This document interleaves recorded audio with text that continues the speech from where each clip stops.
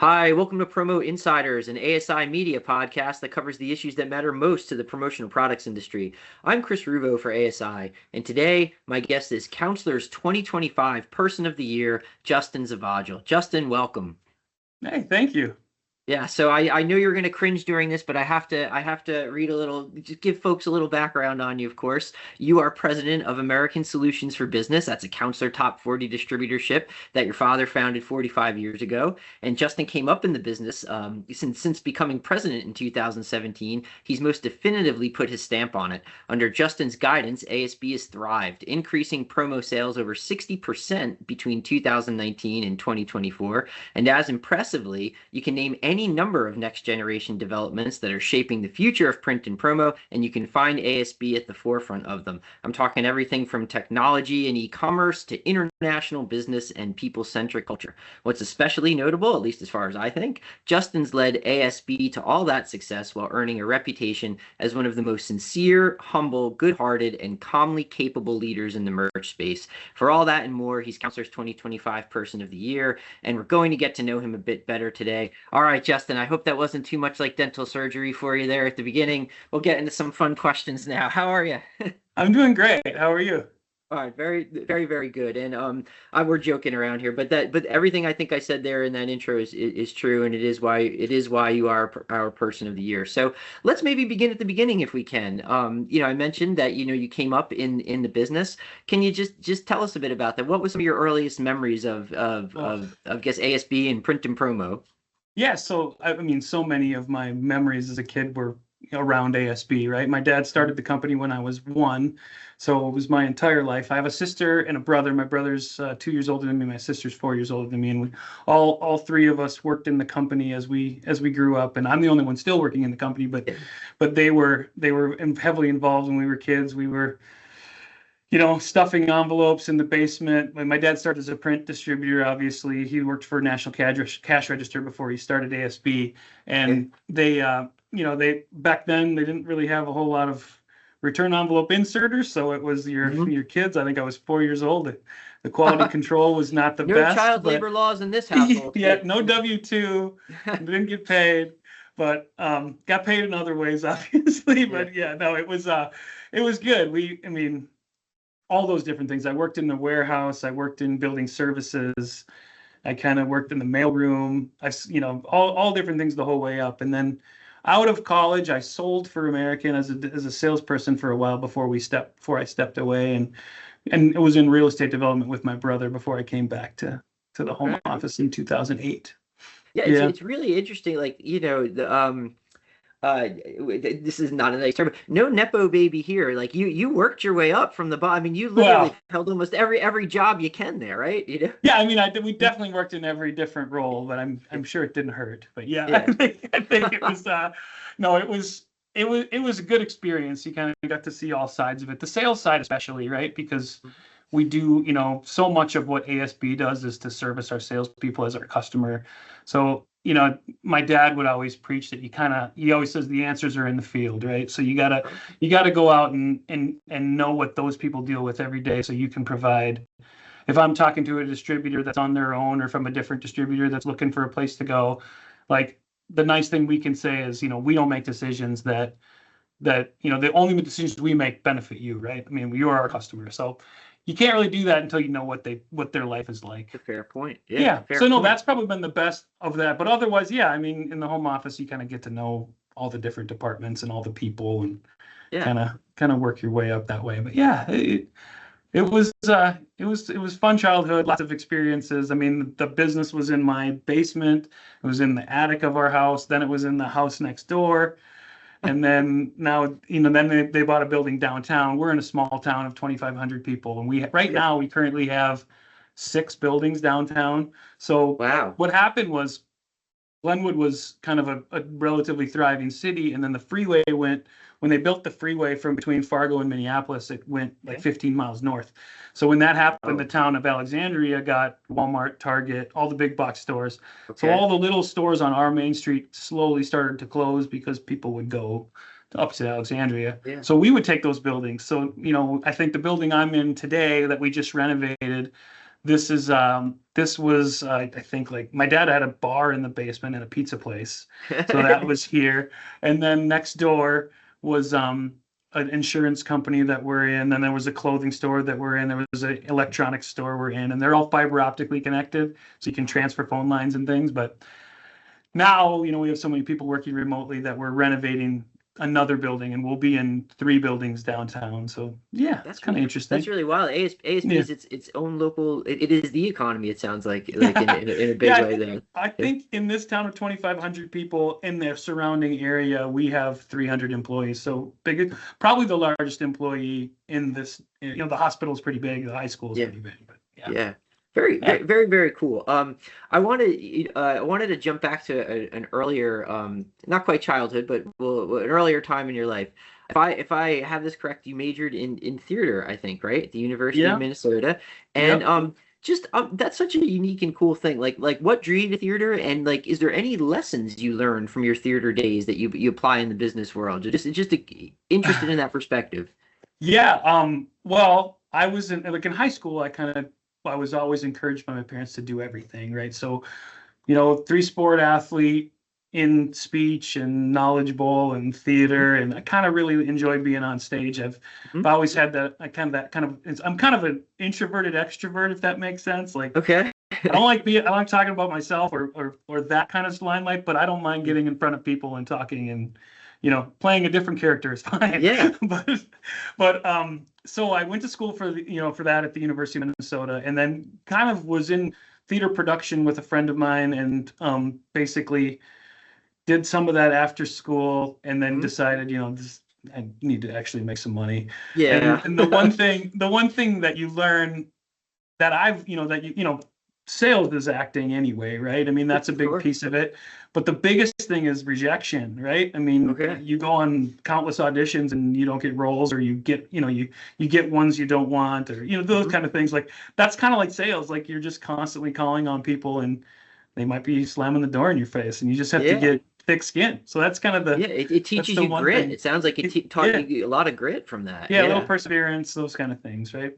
Yeah. Yeah, Yeah. that's it. So you mentioned your early days, in sales a bit, and then in real estate development. But I think it was 2008. You came back to ASB, came back to the family business. And what drew you back? And maybe we could open that chapter of your life. How did it Sure. kind of play out from there? Well, I was doing real estate development. Obviously, that was, up to 2008 was really good, and then Mm-hmm. 2008 happened, and you couldn't really get a loan to do anything, right? Mm-hmm. So my Mm-hmm. brother and I actually, when we were doing this, we bought a bar and restaurant on the University of Minnesota campus as part of a real estate plan. Mm-hmm. And I was married, he was single. So, and I asked him, like, do you want to run this bar? And he said, yeah, he will. He actually still runs it today, but Okay. he took that piece of it. So when that happened, and we weren't going to do the development. Mm-hmm. My dad reached out and he's like, hey, I would like somebody to come back and work in vendor relations. Are you interested in moving back to Glenwood? Which it's a small town. I'm living in Minneapolis. Mm-hmm. Grew up here, great place to raise kids, and luckily my wife is also from here. Oh, So perfect. if she wasn't from here, I probably wouldn't have worked out this way. But Okay. but we were but yeah, so we moved back in 2008, and I worked in vendor relations for a number of years, and those were great. Those were great years because Wayne Martin, who's the sales VP, regional VP of sales for us, he actually moved to Sacramento, but was living in Glenwood, and he and I traveled that first year. So we would travel 4 days a week for an entire year, and we went Wow. to see vendors all across the country. And I learned more in that year just by what our suppliers do, how they go to market, the products they make, those kind of things, and getting to be with salespeople in those facilities around the country. Mm-hmm. That was probably the best year for me here. That I got to spend time under Wayne, who's in front of customers all the time. I got to understand what our customers want and need, and it was a great opportunity. It was probably on the road a little more than I ever wanted to be. Yeah, It was an sure. Yeah. exhausting year, Yeah.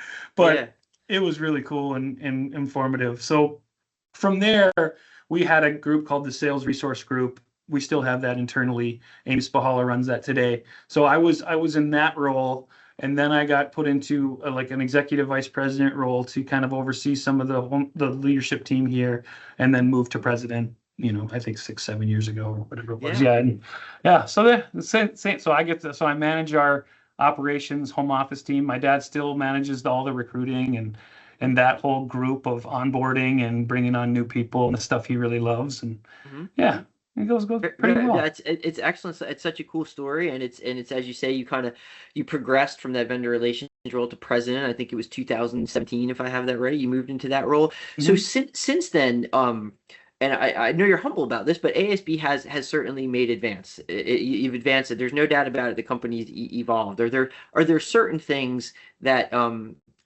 you could point to that you're especially proud of that Yeah, ASB has accomplished over the last some odd years?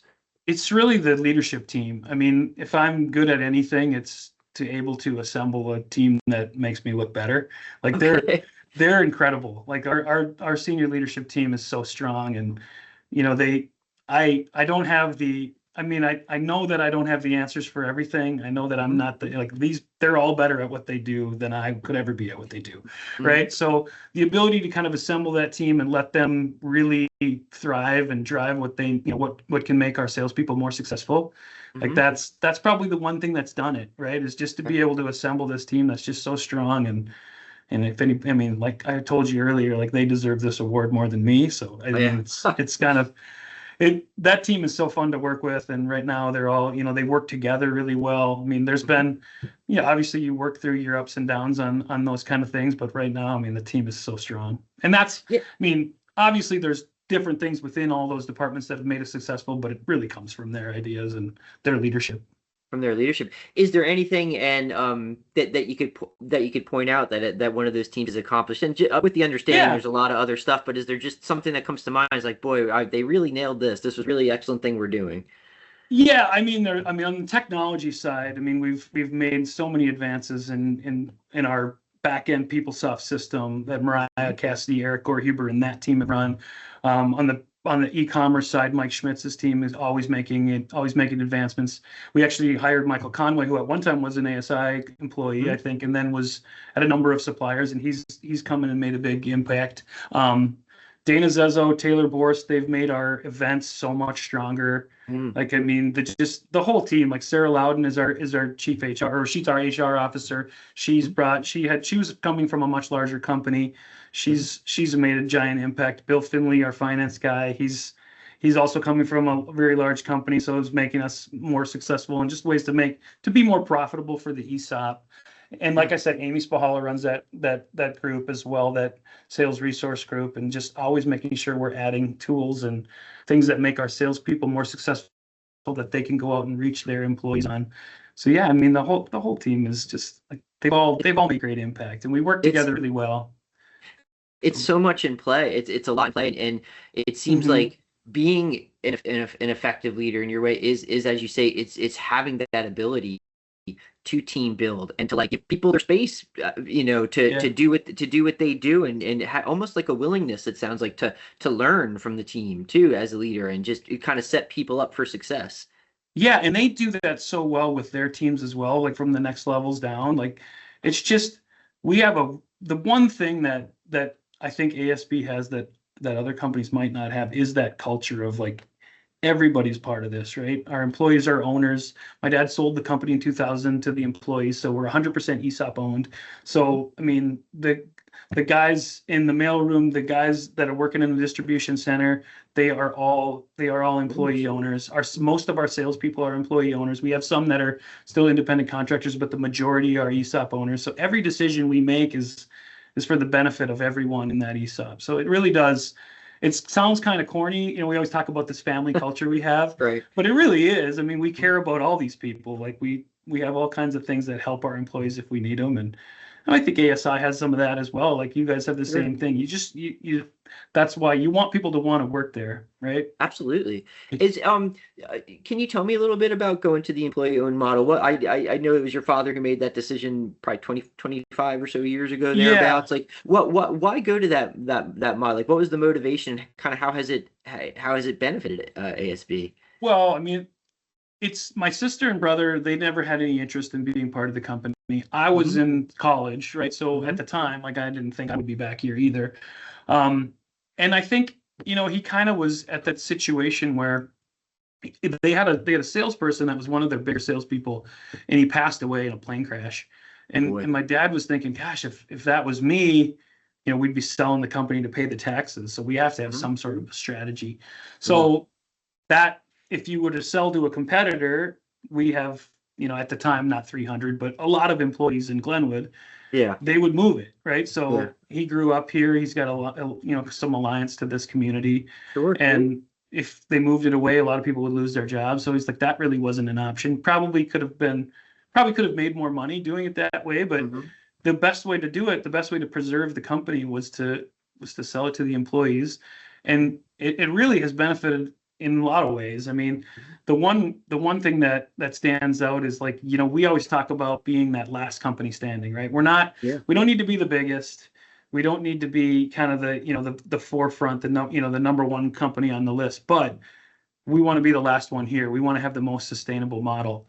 Okay. We talk about working for the right shareholder, right? Hmm. So our employees own the company. That's who we work for. We're not working for private equity.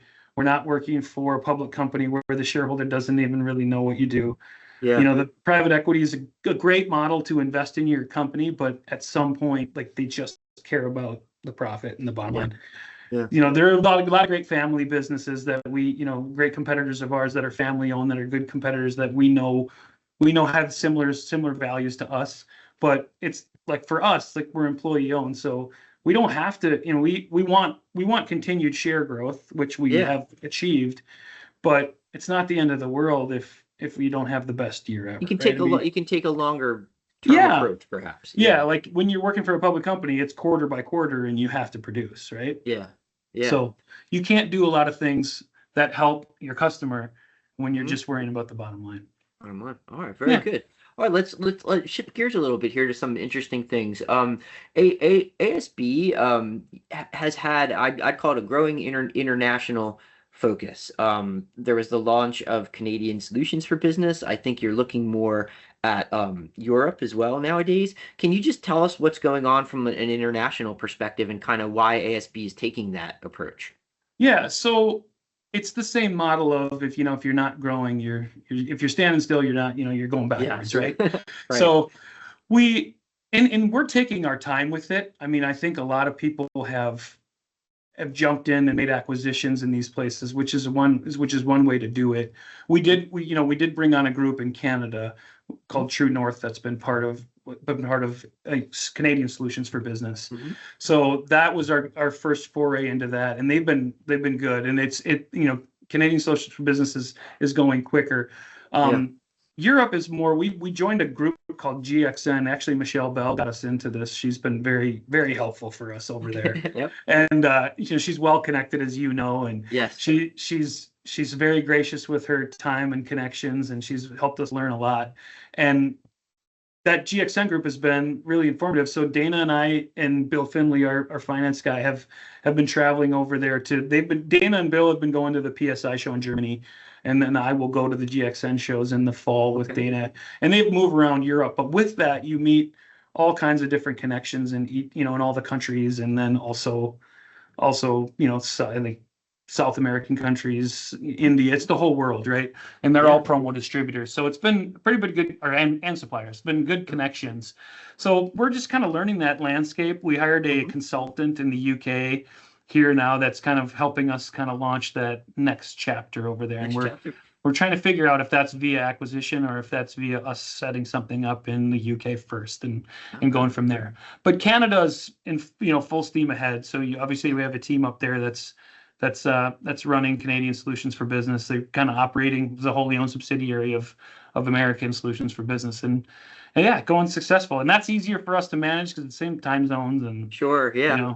look a lot closer for us. Yeah, But yeah, very, very, very, very good stuff, and it's I think it speaks to, just to editorialize a bit here. I think it speaks to a bigger trend in our industry of more distributors that are here in North America having clients who want kind of a one-stop or unified solution across borders, and but they want it to be serviced locally in a way that is culturally appropriate to where they may be those clients maybe operating overseas or in Canada. So it seems like ASP is right in the mix of that. It's very interesting stuff. Kind of on that note of trends or bigger picture in the industry. How do you see print and promo kind of evolving over the next 5 to 10 years? And that's probably a very unfair question because it seems with some of the things going on this year, it changes day to day what that might look like. But just any broad sense that or insights you could share would be great. Yeah, well, I mean, I don't really know what's going to happen, obviously, with the economy and tariffs and that stuff is like, I have no idea, right? I Yeah. could say that I have an idea, but I don't. So, I think that our promo and print industry will continue to consolidate, right? Especially on the promotional side, there's so many, and we see these people all the time, and so do our competitors, right? There's so many people out there that are on their own, and they're trying to go after larger customers, but they need the resources and tools to do it. And I'm Yeah. not just talking about a credit line. I'm talking about, the e-commerce tools, the, building company stores, those sort of things that, Mhm. Being able to have distribution centers, kitting, fulfillment, those kind of options that are available for salespeople. Like that stuff, at some point you get to a certain level and you just can't break through unless you have help, right? Yeah. So, Yeah. and I think there's a lot of that. There's also on the print side, there's a lot of distributors that probably started around the same time ASB did, but never got much bigger than, $4 or $5 million, Mhm. and they don't have an exit strategy, or they're looking for their way out, right? So Right. we like to be an option for them to bring those in. And yeah, I mean, I think that consolidation will continue to happen. That's one piece of it. Yeah. The other piece of it is just it's so much technology, as you know, like Mhm. people, the way you shop in your normal life, that's how you want to shop in your business. Absolutely. So if Yeah. I'm on Amazon and I'm my Prime member and I have a subscription for this and it comes, when I think about it on my phone, I want to be Yeah. able to do that. I want to be able Right. to do that when I'm, oh shoot, I forgot to order this marketing material, and I can just pop in the middle of the night and it'll show up the next day, kind of thing. Yeah. Right. Yeah. So that's the evolution that we're going to have to figure out. And I think, I mean, obviously there's AI and tools like that that'll be part of it. I don't think we fully know what all of that is yet, Mhm. but I do know that, just in the last 10 years, the difference in technology that where we go to a customer versus, 10 years ago, it's going to be even, I mean, it's always exponentially more. Yeah. So I think just staying on top of that. So we put the majority of our investment back into those technology tools just because Yeah. that's what's going to grow our business. Yeah, and and as you say, those tools, especially as time goes on, they just become like that's like the ground level, right? Like you just need to Mhm. have those things to be able to compete as customer expectations to end client expectations, I should say, kind of evolve and change, and that demand for speed and on demand and all that stuff. So I agree with you. I think that's the direction so much is headed, and there's a lot of interesting things in play in the industry of how different companies are handling technology and solutions coming to market that I think are generally going to raise the bar for the whole industry. And ASB is obviously right in the middle of that. So interesting stuff. I have one more for you. You've been so patient with your time. Thank you. And I think this is one that I certainly am interested in your answer very much. I think a lot of other people would be too. Just what makes an effective leader? You lead a very large company. I think you're around 500 million in revenue or so. Like that's a big company for our space for sure. And just how do you do it? What makes an effective leader? I don't know. I mean, Yeah. I think I don't know. The way I approach it is I think it's just truly caring about people, Yeah. right? I mean, that's the way I was raised is everybody here matters and everybody's opinion matters. And if you truly care about these people, then they're gonna I mean, our employees, we're Midwestern people for the most part. I mean, obviously our salespeople aren't, and now more of our home office people have been around the country with remote work, but the core of our business is Midwestern people. And if you're kind and you care about these people, then they'll do anything. Like we all want to be welcome and belong. And I think it's like I said before, it sounds kind of corny, but the family culture of this, like you just truly care about these people and you're kind to them, then I think that, and listening, like, I mean, Yeah. I don't, like I said before, this team is so strong that if I thought that I was the smartest one here, then we wouldn't be in the shape we are. Okay. That's Yeah. really funny. And Yeah. my dad talks about listening to our customers, right? So that's the biggest thing. It's like you listen to your salespeople, you listen to your suppliers, you listen to your customer, and they're going to tell you what they want, and then you just drive your direction around that. Yeah, and it seems like to you, and to ASB, it's very important for all those stakeholders to kind of have mutual success. And you Yeah. said about working that, and that maybe is why you are having the success, because it's getting everybody to kind of row in the same direction and work in a way that's mutually beneficial. Yeah, no, I Yeah. agree. And I mean, I look at the list of people that have won this award before me, and they're all smarter than I am. So I think it has to be everybody else that deserves this. That's funny. That's funny. All right, Justin. Well, listen, you've been generous with your time. Thank you so much for joining me today. And again, congratulations on being Counselor's 2025 Person of the Year. Well, a well-deserved honor for sure. Thank you. Thank you.